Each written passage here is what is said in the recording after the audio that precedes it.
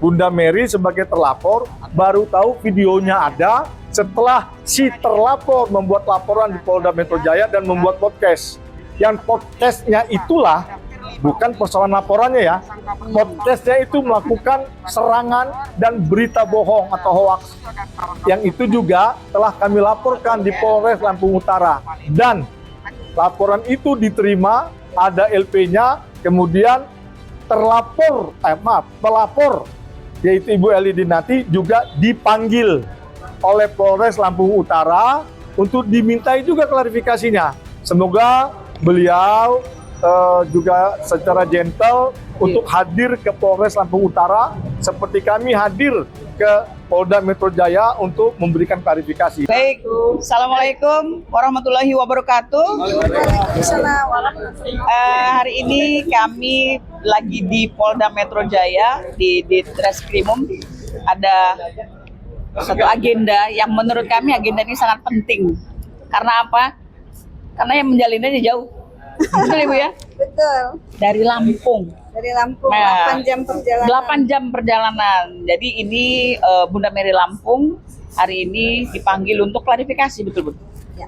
Statusnya adalah klarifikasi atas tuduhan. Tuduhan apa laporan itu ya? Laporan. Baik, untuk detailnya kami akan serahkan langsung kepada Bunda Mary dulu. Nanti menyusul ya PH-nya, Bang Gunawan ya. Silakan Bun.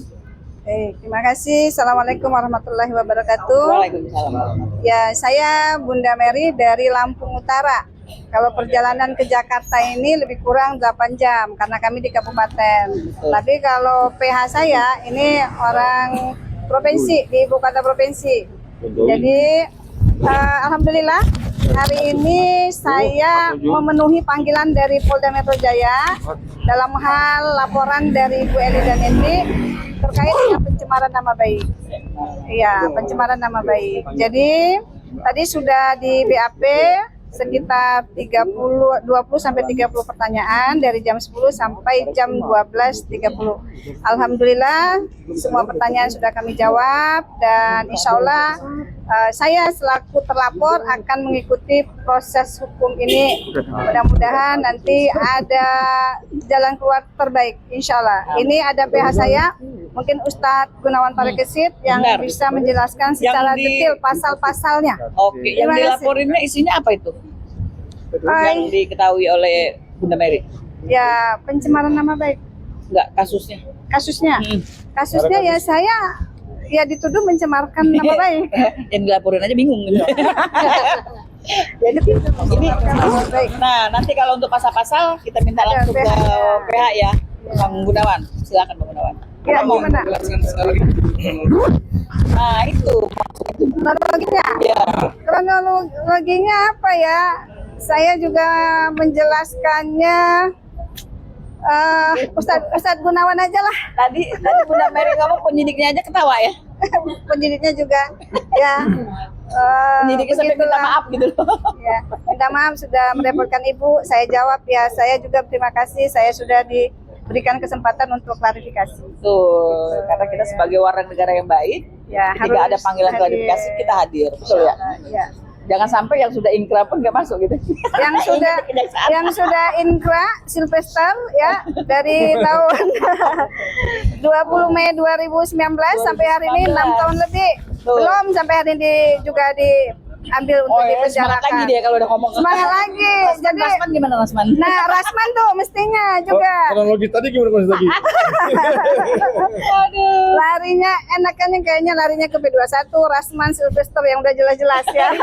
Kalau saya kan masih mak jelas kalau orang Lampung bilang ya. Jauh lah, Ya. iya. Yang jelas ya kami tunggu Silvester. Jelas. Ya. Terima kasih nih PH saya yang akan menerangkan secara detail. Terima kasih. Baik, makasih. Assalamualaikum warahmatullahi wabarakatuh. Pada dasarnya laporan yang dibuat oleh pelapor terhadap terlapor yaitu Bunda Mary itu pencemaran nama baik dengan pasal 433 KUP baru. KUP lamanya itu 310. Yang ditanyakan tadi poinnya adalah apakah dilakukan dengan sengaja pertemuan, kemudian ada sedikit harmonisasi antara keduanya di Polda Metro Jaya. Kemudian apakah melakukan tuduhan? Enggak, bertanya, kemudian dijawab. Kan begitu jawabannya itu. Kasusnya tuh di sini kejadiannya. Iya. Kemudian apakah menyebarkan tuduhan untuk orang lain? Poinnya ya, poin-poinnya. Poin-poin pertanyaannya dijawab ya, jawabannya tidak. Jadi yang perlu dipahami bahwa 4 unsur pasal 433 pencemaran nama baik itu adalah pertama, dilakukan dengan sengaja, tidak. Ya kan? Kedua adalah menuduh seseorang melakukan sesuatu, tidak. Kemudian menyerang kehormatan orang lain, tidak. Yang terakhir adalah menyiarkan tuduhan tersebut kepada orang lain supaya diketahui, tidak. Bahkan Bunda Mary sebagai terlapor baru tahu videonya ada setelah si terlapor membuat laporan di Polda Metro Jaya dan membuat podcast. Yang podcastnya itulah bukan persoalan laporannya ya.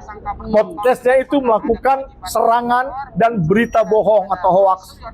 Yang itu juga telah kami laporkan di Polres Lampung Utara. Dan laporan itu diterima, ada LP-nya, kemudian pelapor yaitu Ibu Eli Dinati juga dipanggil oleh Polres Lampung Utara untuk dimintai juga klarifikasinya. Semoga beliau juga secara gentle untuk hadir ke Polres Lampung Utara seperti kami hadir ke Polda Metro Jaya untuk memberikan klarifikasi. Jadi itu insya Allah persoalan ini pun akan selesai dengan damai, dengan tenang-tenang saja, dengan baik-baik saja. Dan saya pikir tidak ada satu celah pun Bunda Mary untuk dilanjutkan status kepenyidikan dan apalagi dijadikan tersangka. Karena tadi di dalam klarifikasi sudah jelas. Terima kasih. Sementara itu. Jadi harapannya dengan dipanggil ini akan ada lanjutan? Ya, harapannya kami menunggu saja. Kalau memang perkara ini akan di SP3-kan, ya kami akan menunggu itu. Karena tadi sudah saya sebutkan, tidak ada satu celah pun unsur-unsur menurut kami, versi kami, bahwa Bunda Mary itu melanggar 4 unsur tadi, sehingga bisa dipasalkan 433. Saya ulangi, yaitu dilakukan dengan sengaja. Kronologis, Bunda Mary kenapa bertanya? Karena ada yang menyampaikan, Bunda Mary itu Bunda Eli mencari-cari suaminya. Loh, ada apa? Seorang istri suaminya dicari-cari, iya kan? Mau menemui suaminya di masjid. Oke, tiba-tiba Bunda Eli ada di kantin. Ditanya, benar kamu nyari suami saya? Dijawabnya, iya, supaya suami kamu nasihati kamu. Bingung dong, bertanya lagi. Loh, bukan nyerang, bertanya kok. Apalagi menuduh, tidak ada tuduhan. Orang bertanya dijawab, kecuali datang-datang, hei kamu ini, nah itu baru dia menuduh. Ini tidak ada tuduhan, yang ada adalah pertanyaan. Nah, menuduhnya tidak. Menyerang kehormatan yang mana? Tadi pemeriksa, belum penyidik ya, pemeriksa Polda Metro Jaya bertanya, apakah ibu ngatain termul? Enggak, memang enggak, kan ada bukti-buktinya. Kalau emang ada, buktikan. Berarti nggak menuduh kan? Menyerang kehormatan enggak juga. Kemudian apakah Bunda Mary dalam unsur ya pidana pasal 433 itu menyebarkan tuduhan itu agar orang lain mengetahui? Enggak juga. Bahkan tidak tahu itu divideokan, tidak tahu itu ada yang memvideokan, tahu-tahunya setelah ada podcast Bunda Eli yang melakukan berita bohong terhadap Bunda Mary. Baik. Yang akhirnya balik dilaporkan. Yang akhirnya balik dilaporkan. Berdasarkan... Bukan balik dilaporkan ya. Tidak ada. Lain kasus. Tidak ada. Ya, ya. Kalau pelapor dilaporkan nggak bisa tuh. Ya. Ini lain kasus. Ya, lain case-nya. Ya. Nah, perkembangan yang di Lampung? Itu tadi. Oh, lagi proses pemanggilan? Proses pemanggilan yang kami ketahui tanggal 9 Juni ini beliau dipanggil untuk minta klarifikasi atas tuduhan pasal 263, dugaan pelanggaran pasal 263, yaitu berita bohong, penyebaran berita bohong putih sampai atau hoax. Ya. Sebenarnya kalau dilihat dari Om sisi Star kasus, ini bukti. justru laporan yang di Lampung yang lebih ini. Ya, ancamannya 4 sampai 6 tahun. Kalau kami ini dengan tuduhan pencemaran nama baik ini ancaman hukumannya ada 9 bulan. Ya. Kenapa sampai 4 sampai 6 tahun? Itu ada unsur kegaduhan. Apakah sudah terjadi kegaduhan? Berita bohongnya Ibu Eli Dinati sudah bisa kami buktikan. Bahkan insya Allah kalau Ibu Eli Dinati nanti datang juga akan diketahui itu siapa yang akhirnya perguruan silat, tokoh adat, tokoh masyarakat yang akhirnya memberikan dukungan ke Bunda Mary atas adanya kegaduhan sebelumnya terhadap berita bohongnya Bu Eli. Sehingga muncul dukungan-dukungan. Oh, Bang Gun, kira-kira menurut Bang Gun apa sih yang bikin Bu Eli dan itu begitu? Ininya gitu loh. Karena video itu kalau dibilang Asik banyak pancingannya hoaxnya nih. gitu kan, ya Asik, pancingannya asik nih. Versi kami, Bunda Eli ini berhalusinasi. Iya kan, berhalusinasi bahwa kami ini membenci dia, menyerang dia, menyalahkan dia atas, karena kan justru isi videonya benar. dengan atas Itu adanya tanda kutip Om sendiri yang tahu soalnya. seseorang atau 2 orang yang bla bla bla bla bla bla bla, sehingga mungkin menganggap Bunda Mary ini membenci dia, sehingga apa melangkah aja mungkin dianggap salah, Iya. kan begitu kan? Padahal kan selalu benar. Iya, kakak beradik. Iya, dalam mau ngomong sama-sama dari TPU juga gitu kan, harusnya ya dalam podcast ini juga kami meminta lah supaya kita hidup ini berdamai aja Oh, iya, lah, ya kan? Tapi tadi hebat, penyidik Ngelapor mengarahkan supaya namanya Bu, Sabta, ini sebenarnya masalah lapor dia. emak-emak ya. Bisa nggak ini kemungkinan ada yang sempat viral rame itu kembali videonya clear persoalan ini? Ya, oke. Ya, bisa saja. Oke. Ya, Berarti nanti akan disampaikan ke Ibu Eli Daneti, ya kan? ya. baru nanti kira-kira dia menerima atau tidak kalau mungkin ada proses perdamaian gitu ya. Iya. Oke. Ya, dan perdamaian itu ya bukan hanya Ini masih perdamaian pada di sini. Perdamaian juga dia minta maaf atas kasus yang dilakukan di pos. Itu yang lebih penting sebenarnya. Iya. Sama-sama isinya, maaf lah, kakak iya, beradik ya. itu. Iya, betul. Begitu pemirsa, kira-kira ada yang mau ditanyakan dari ini? Udahlah, cukup, Pak. Sisi kan isi pertanyaan tadi udah jelas, kemudian kedepannya juga udah jelas, ya, Murah aja. ya. Andaikan dari Aileen dan itu Nah, Ke Lampung. Sudah. Jadi gini, perlu dipahami bahwa klarifikasi itu adalah kesempatan seseorang yang dilaporkan atau pihak terlapor memberikan jawaban atau membela diri. Regulasinya apabila dia dipanggil untuk diminta klarifikasi juga tidak datang, tidak ada hak pihak kepolisian untuk memaksa. Tapi dalam regulasinya akan meningkat menjadi penyidikan. Karena nggak ada klarifikasi, berarti yang dituduhkan, yang dilaporkan sama pelapor itu benar adanya. Iya. Kalau sudah naik ke penyidikan kan statusnya akan menjadi tersangka itu. Tidak lama lagi. Dia akan dipanggil sebagai saksi yang akan akhirnya menjadi tersangka. Nggak apa-apa. Saya sih berharap ya beliau nggak datang jauh. Kasihan Polres Lampung Utara itu, kota bumi itu, Bunda Eli Daneti, kota bumi Lampung Utara itu jauh.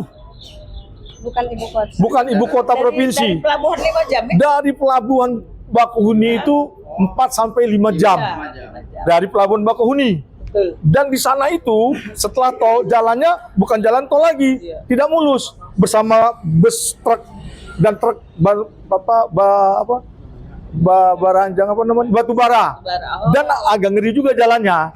Kemudian akibat terjadinya kegaduhan kemarin itu ada perguruan silat, tokoh masyarakat, tokoh adat yang melakukan pembelaan, memberikan statement bahwa Bunda Mary tidak seperti yang dituduhkan oleh Bunda Eli. Nggak apa-apa, mereka juga mau kenalan itu semua ke Bunda Eli. Siap menyambut ya? Siap menyambut, mereka mau berkenalan secara baik-baik. Ya, dengan memberikan senyum. Kan Bunda Eli katanya mau datang buat bersilaturahmi lah ke Lampung Utara, Kota Bumi. Biar menambah jadi saudara. Ya, banyak itu. Ya, insya Allah 1.000 orang lah. Insya Allah. Enggak nakutin. Karena mereka menyambut. Jadi kalau seandainya memang Ibu Eli Daneti datang, ya mereka dengan senang hati, namanya silaturahim. Iya lah, kami kan baik-baik. Iya kan? Sambil menyelesaikan kasusnya. Begitu, Bang. Iya. Oke ya? Ada lagi? Oke. Sebagai advokat perempuan gitu ya. Ya. Kita kan tahu kan instrumen hukum itu kan seperti pasal-pasal karet, ya kan? Dan itu kan selalu dijadikan alat untuk berkritik. Dan kita tahu ini kan pemerintahan Prabowo, dia kan selalu terbuka bagi kritik. Nah, dengan ada di sisi lain para aktor-aktor negara atau pengusungnya justru memproses hukum bagi yang mengkritik itu bagaimana? Ya, saya termasuk salah satu korbannya. Korban yang pernah juga saya dipidanakan gara-gara mengkritik Menteri Agama waktu itu yang menganalogikan suara azan dengan gonggongan anjing. Iya. Kalau memang pada faktanya hari ini masih ada peristiwa-peristiwa serupa ketika para aktivis itu mengkritik kebijakan kemudian dibungkam, ya apa bedanya Iya. zaman kemarin sama hari ini? Ya harapan kita adalah bahwa pemerintah hari ini ya itu untuk janganlah membungkam suara-suara para aktivis yang mengkritik, karena sebenarnya kita yang mengkritik itu bukan untuk menghancurkan negeri ini ya. Jadi kemarin juga terkait dengan peristiwa kalau kita mau mengkritik kita juga bisa rame-ramein ini peristiwa Bang Rasman ya. Iya. Sampai hari ini kan sudah inkrah itu di Mahkamah Agung. Sudahkah ditangkap kan? Tahu. Sylvester juga kan. Nah, sudah 6 tahun itu. Nah, ketika pemerintah tidak bisa menerapkan hukum itu secara berkeadilan, jangan pula ketika kita mengkritik kitanya dikriminalisasi. Bentar-bentar kita diberikan delik-delik di penjara, bentar-bentar disodorkan untuk di penjara. Takbir. Jadi gitu. Jadi hari ini negara kita adalah negara yang insya Allah sangat menghormati hak asasi, di mana yang berdaulat, di mana ada undang-undang yang mengatur kita dilindungi ketika menyampaikan aspirasi. Itu aja. Terima kasih. Assalamualaikum warahmatullahi wabarakatuh.